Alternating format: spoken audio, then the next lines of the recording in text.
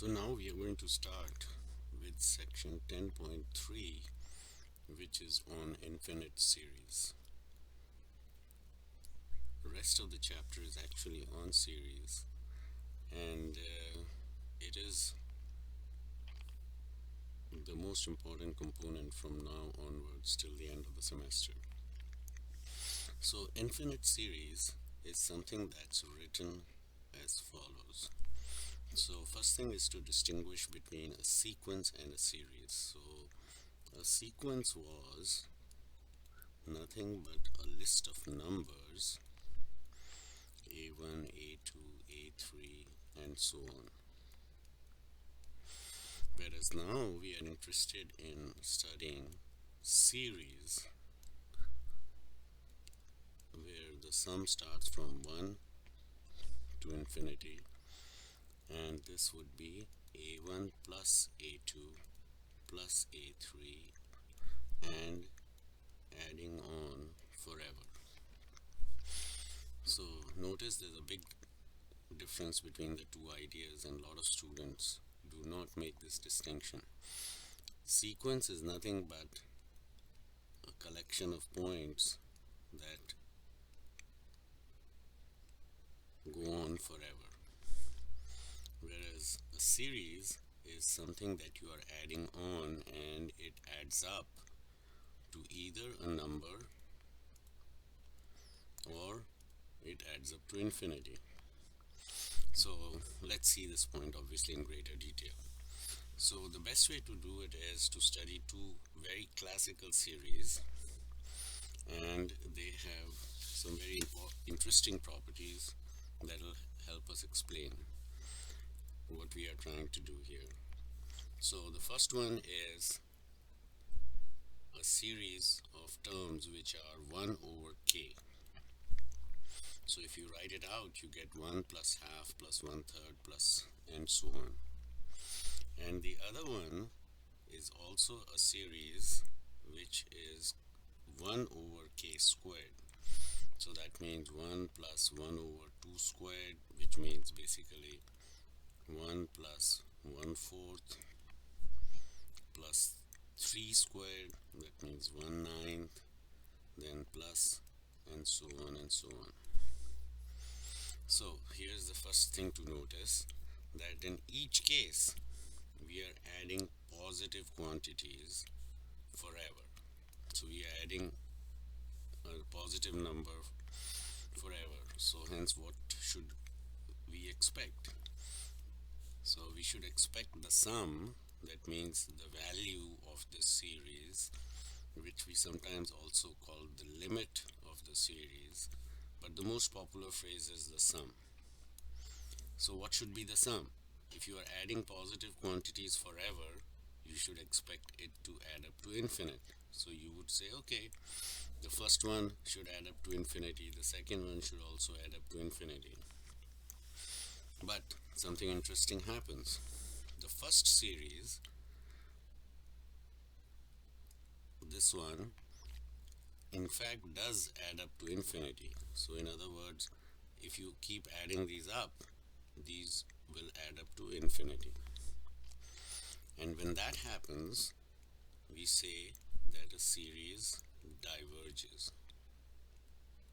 So whenever you hear the phrase diverges, that means the series adds up or has a sum of infinity. Now the second series, which looks very similar, and very surprisingly, if you add it up, it comes to this strange number pi square over 6. So if I were to add this up, it will come to pi square over 6. We are not going to see how to find this sum in this course, but it does add up to this number, which is a very nice finite number. And when that happens, we say that a series converges. Please notice the meaning of diverging and converging for sequences was different. Here, in series, when we say diverges, it means it adds up to infinity. When we say a series converges, that means it converges to some finite number.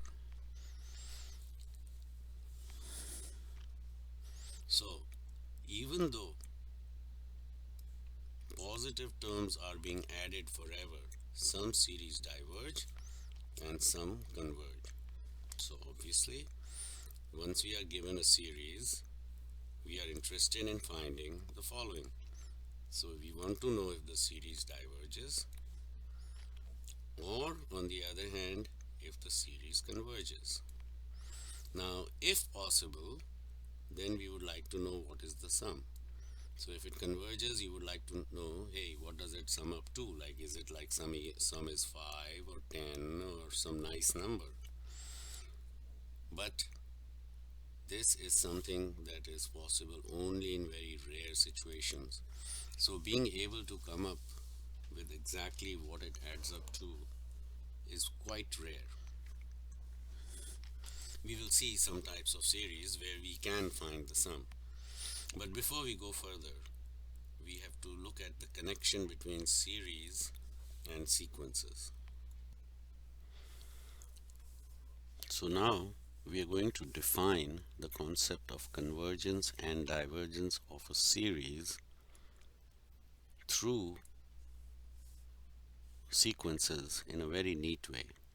So you have to pay good attention to this portion and make sure that you understand this. So let's start with a series which is the usual series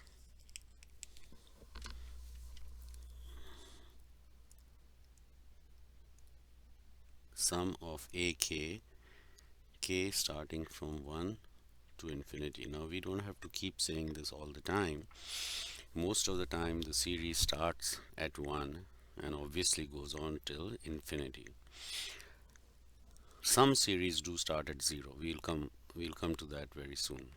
Okay, so this series is a1 plus a2 plus a3 and so on.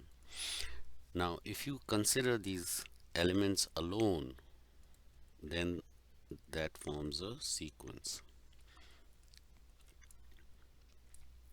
However, this sequence is not of importance, okay? So this is not important.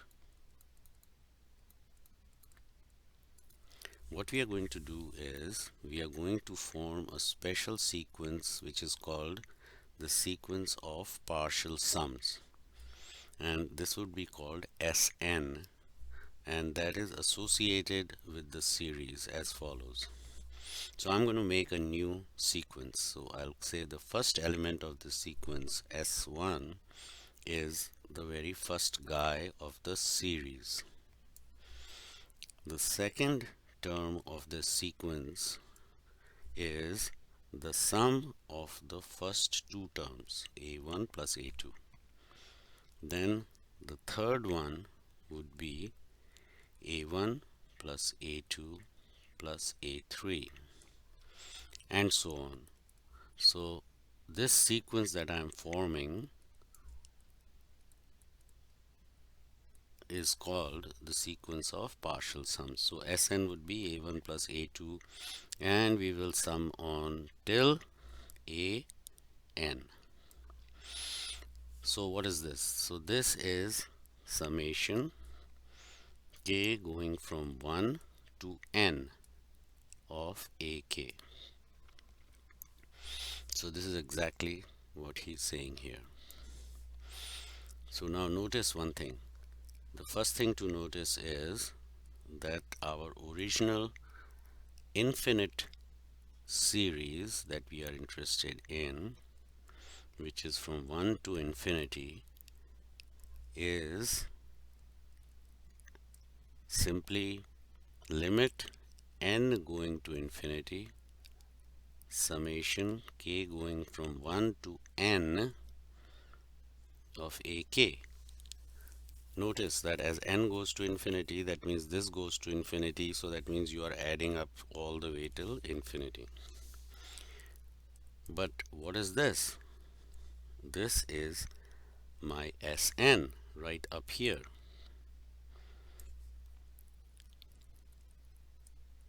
So that becomes limit n going to infinity of Sn. So this is limit of a sequence. So finding this means finding a limit of a sequence. Now this is well understood.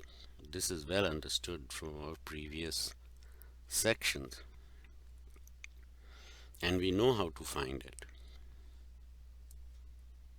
So we know how to find this.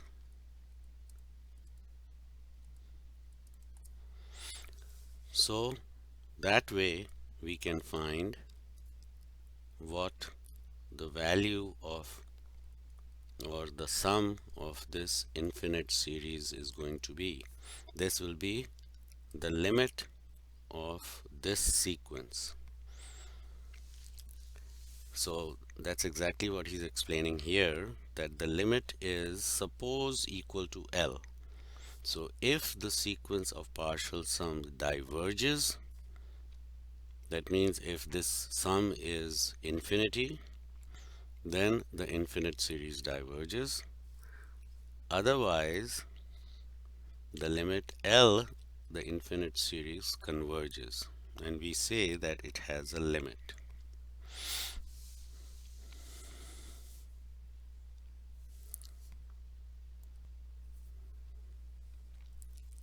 So let's do an example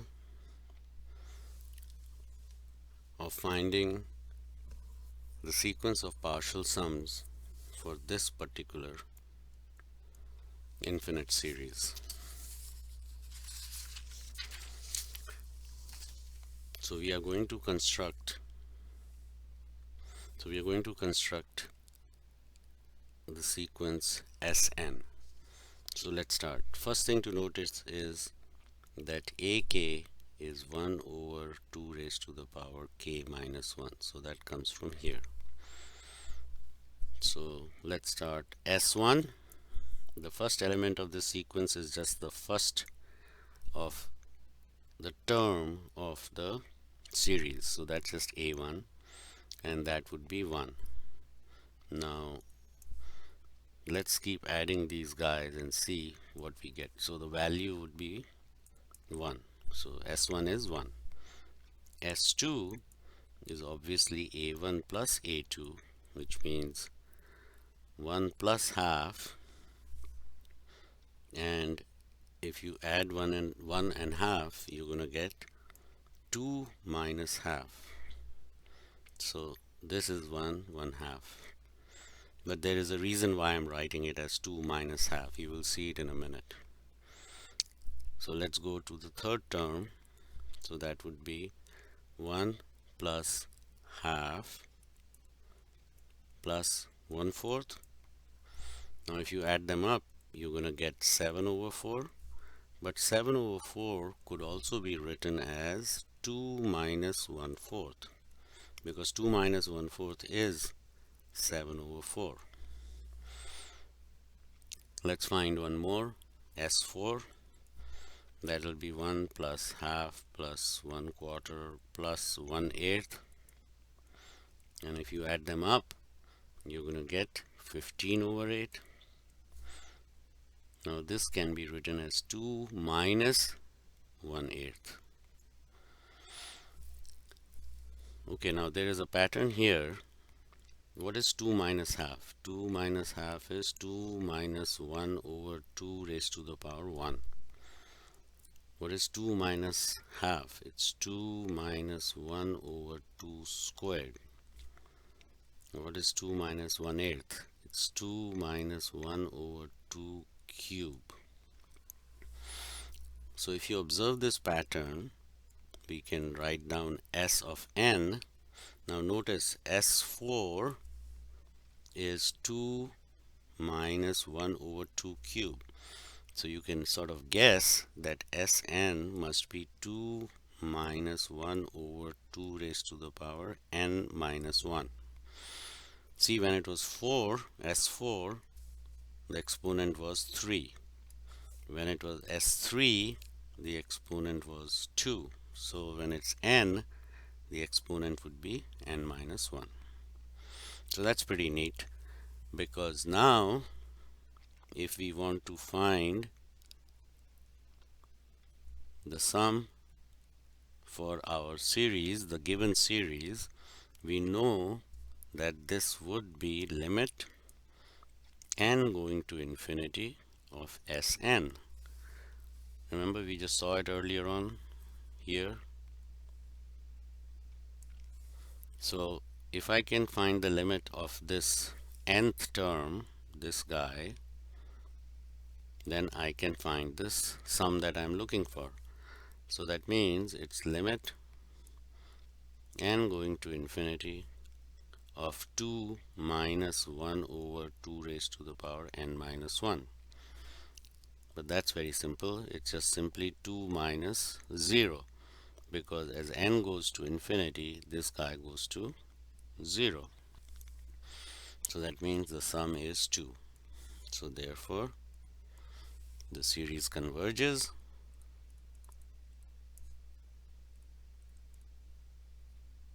and the sum of this series is equal to 2. But this was all because we were very lucky. We were lucky because we found a nice closed expression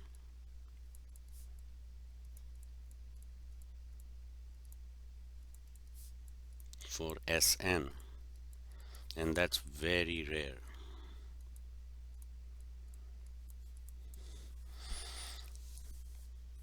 So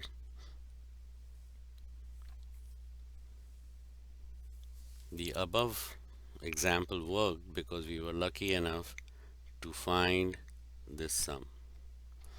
Most of the time we will not be able to find Sn, and in those cases the best one can do is to find whether a given series converges or diverges without finding the actual sum. So most of the time we will not be able to find the sum, but still we have to decide or find whether a series converges or diverges.